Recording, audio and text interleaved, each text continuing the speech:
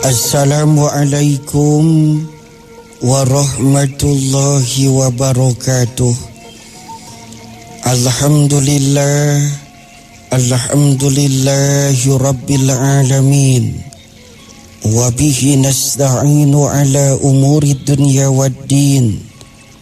Ashhadu an la ilaha illallah wa ashhadu anna Muhammadar Rasulullah.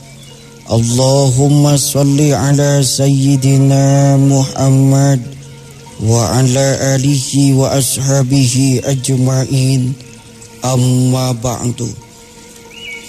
Wargi dahliya dimanapun wargi berada, alhamdulillah wa syukru ala ni'amillah. Pada sore yang berbahagia ini kita dapat bersama-sama kembali dalam obsesi sore, obrolan sekitar syariat Islam, persembahan Radio Dahliya 101,5 FM bersama saya Asep Totoh Ghazali dan rekan setia saya Mas Tomo. Mudah-mudahan kebersamaan kita senantiasa mendapatkan curahan rahmat dan maghfirah dari Allah Subhanahu wa ta'ala. Wargi Dahliya dimanapun warga berada, pada sore yang berbahagia ini kita akan coba mengkaji mengenai remaja yang soleh dan ketahanan nasional. Wargi Dahliya, sungguh berbahagialah kita semua umat Islam, karena kita telah mendapat peraturan dari Allah Subhanahu wa ta'ala yang menciptakan alam semesta ini. Orang-orang yang tidak mau mengikuti peraturan dari Allah, hidup dan kehidupannya akan merugi, akan mengalami kehancuran. Kata-kata agama adalah berasal dari bahasa Sangsakerta yang terdiri dari dua kata a dan gama. A berarti tidak dan gama berarti kacau. Jadi pengertian agama secara bahasa adalah tidak kacau atau tidak berantakan. Dengan demikian, hidup dan kehidupan manusia tanpa agama akan kacau balau, akan berantakan. Ibarat jalan tanpa rambu-rambu atau ibarat orang main bola tanpa ada wasit. Oleh karena itu agama adalah perlu bagi manusia. Dengan agama hidup dan kehidupan akan teratur dan indah. Apabila manusia ingin terhindar dari kehancuran, kekacauan, kecemasan dan ketegangan, serta ingin hidup tenang, tentram, damai, bahagia dan sentosa, dan dapat membahagiakan orang lain, maka hendaklah manusia itu percaya kepada Allah dan hidup mengamalkan ajaran agama. Agama bukanlah dogma, tetapi agama adalah kebutuhan yang perlu dipenuhi bagi setiap manusia sebagai pengatur hidup dan kehidupan manusia, supaya tercapai hidup yang indah di dunia dan indah di akhirat, dan terhindar dari malapetaka di dunia dan terhindar dari azab api neraka kelak. Dengan agama akan tercipta generasi muda atau remaja dan anak keturunan yang berkualitas, yang soleh, generasi muda yang sukses dan selamat, generasi muda yang pintar dan cerdik, generasi muda yang berilmu dan beriman serta bertakwa, generasi muda yang berotak Eropa tetapi berhati Ka'bah, generasi muda yang santapan jasmani dan santapan rohaninya seimbang, generasi muda yang cinta kepada alam dan tidak lupa kepada yang punya alam, generasi muda yang merenggut dunia dan tidak lupa akhirat. Wargi Dahliya dimanapun warga berada, binalah para remaja atau generasi muda dengan 7 utama, 7K. Insya Allah akan mencapai kesuksesan. 1, K yang pertama kesehatan. Jadi sehat fisiknya yang prima. Kedua, kepintaran, berilmu tinggi, ilmunya luas. Ketiga, keuangan, harus dicari yang halal, yang banyak dan berkah. Lalu yang keempat, keterampilan, kelincahan dan kemauan keras. Kelima, kesempatan, jangan buang-buang waktu. Lalu yang keenam, kesetiakawanan, jangan suka berkelahi, pandai mencari teman yang baik. Dan yang ketujuh, keamanan, ciptakan suasana yang aman dan tentram. Lalu binalah remaja juga dengan 7 S, syahadatain. S yang pertama, syahadatain, selamat dari syirik dan bid'ah dolalah.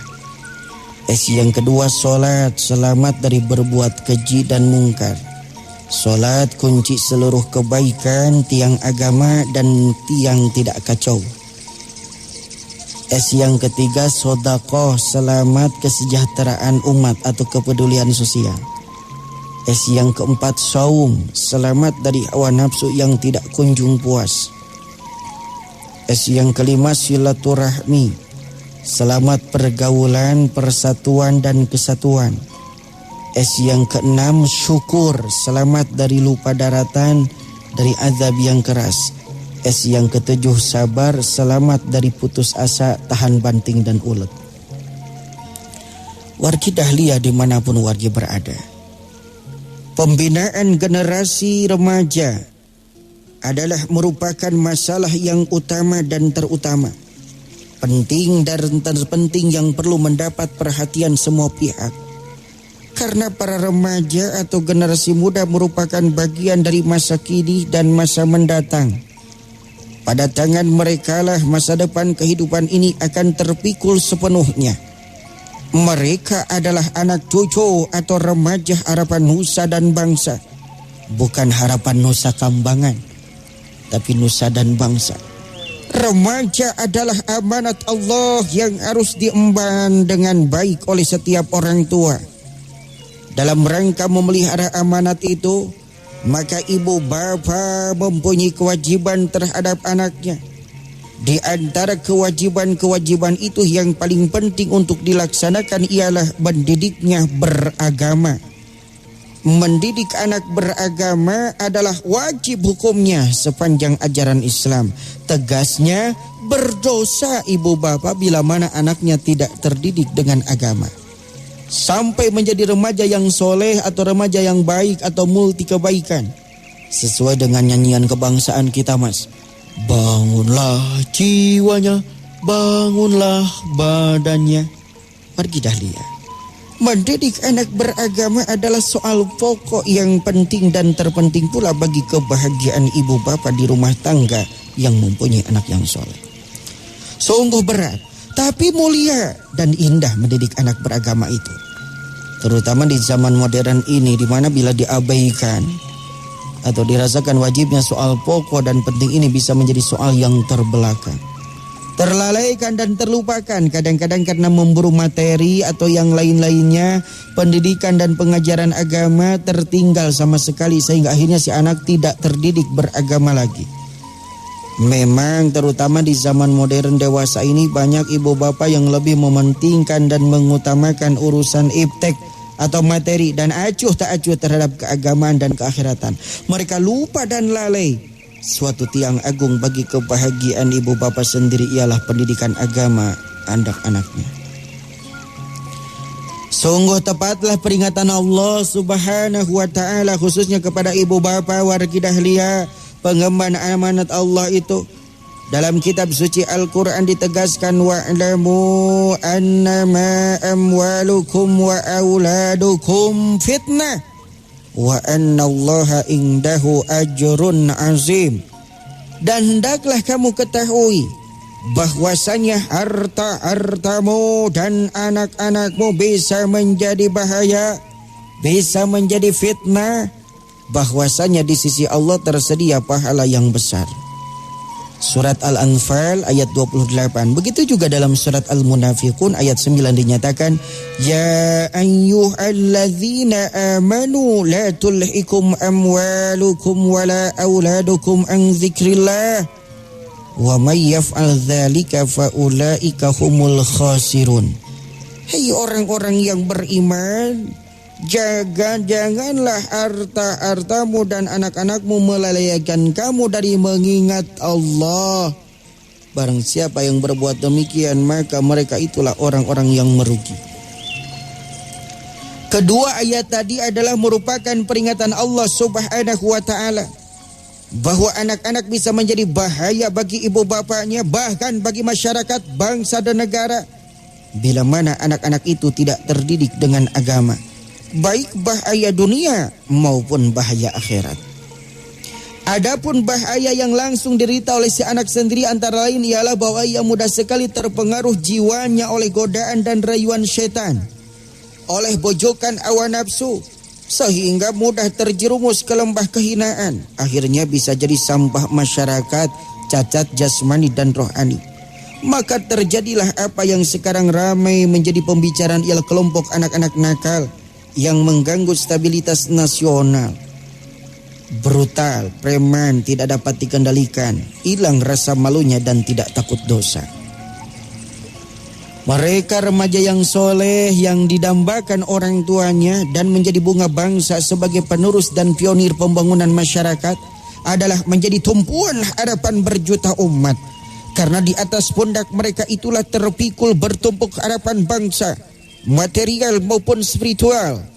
Tidak hanya pembangunan yang memamerkan kecemerlangan fisik saja, sementara bidang sosial budaya serta mental bangsa hancur, tetapi kedua-duanya sama-sama seimbang menuju ke arah kesempurnaannya sesuai dengan tujuan masyarakat adil dan makmur lahir batin dan pembangunan manusia seutuhnya.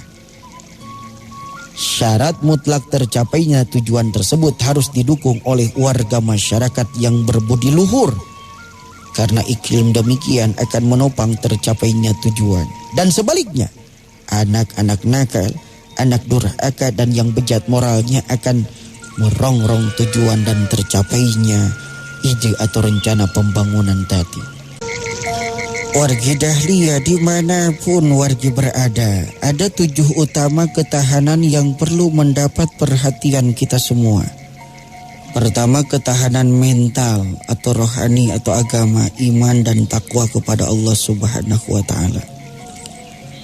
Yang kedua, ketahanan jasmani atau fisik. 4 sehat, 7 sempurna, Mas. Ditambah bersenam dan berolahraga itu. Yang ketiga, ketahanan keluarga, ciptakan kerukunan dalam rumah tangga. Yang keempat, ketahanan bertetangga, muliakan tetangga. Yang kelima, ketahanan masyarakat desa, ciptakan lingkungan yang sehat.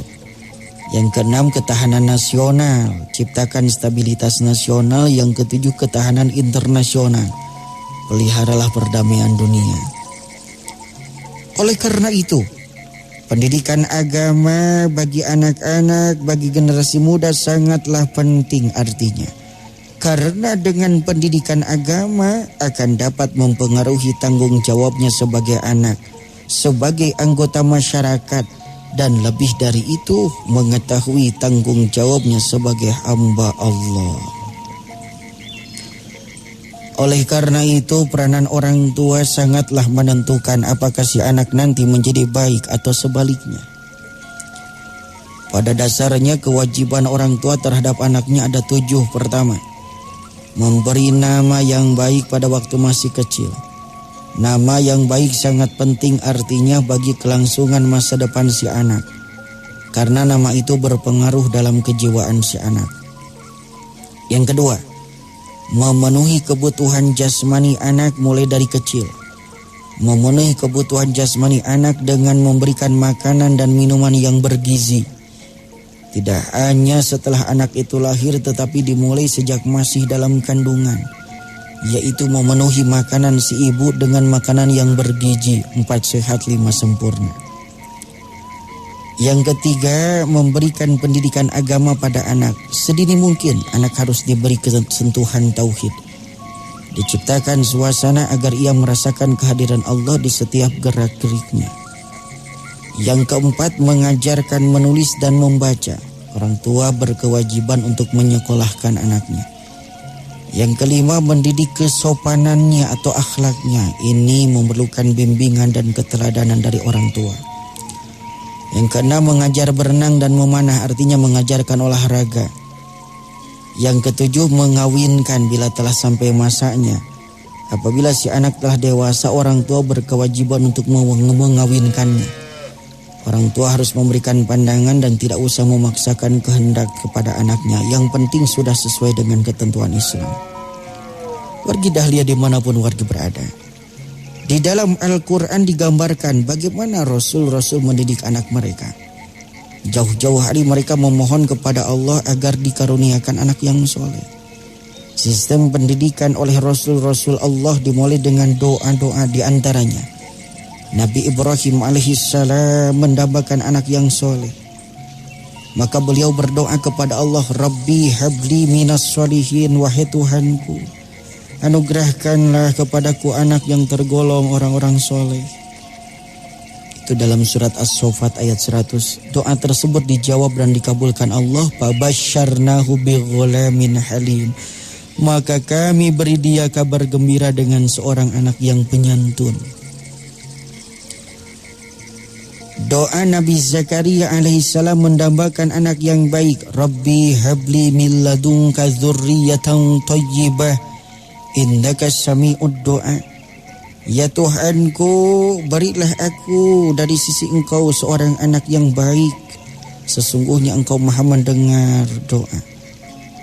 Surat Ali Imran ayat 38. Doa Nabi Muhammad, Rabbana hablana min azwajina wa dzurriyyatina qurrata a'yun waj'alna lil muttaqina imama. Ya Tuhan kami, anugerahkanlah kepada kami istri yang menyejukkan hati kami dan keturunan sebagai penyejuk mata kami memandangnya, dan jadikanlah kami pemimpin bagi orang yang bertakwa. Isi doa ini merupakan resep rumah tangga sakinah, yaitu istri dan suami yang baik, yang soleh dan solihat, anak cucu yang baik, yang soleh dan solihat, imam atau pemimpin bagi orang yang bertakwa. Lalu doa Nabi Ibrahim alaihissalam agar kota Mekah aman dan tentram dan anak cucunya jauh dari menyembah berhala. Wa idz qala Ibrahimu rabbij'al hadza balada aminan wajnubni wa baniya an na'budal asnam. Begitu juga Nabi Ibrahim berdoa supaya anak cucunya mendirikan salat. Rabbana inni askantu min dzurriyyati biwadin ghairi dzi zar'in inda baitikal muharram. Rabbana liyuqimus sholata faj'al af'idatan minan nas tahwi ilaihim warzuqhum minas thamarat la'allahum yashkurun.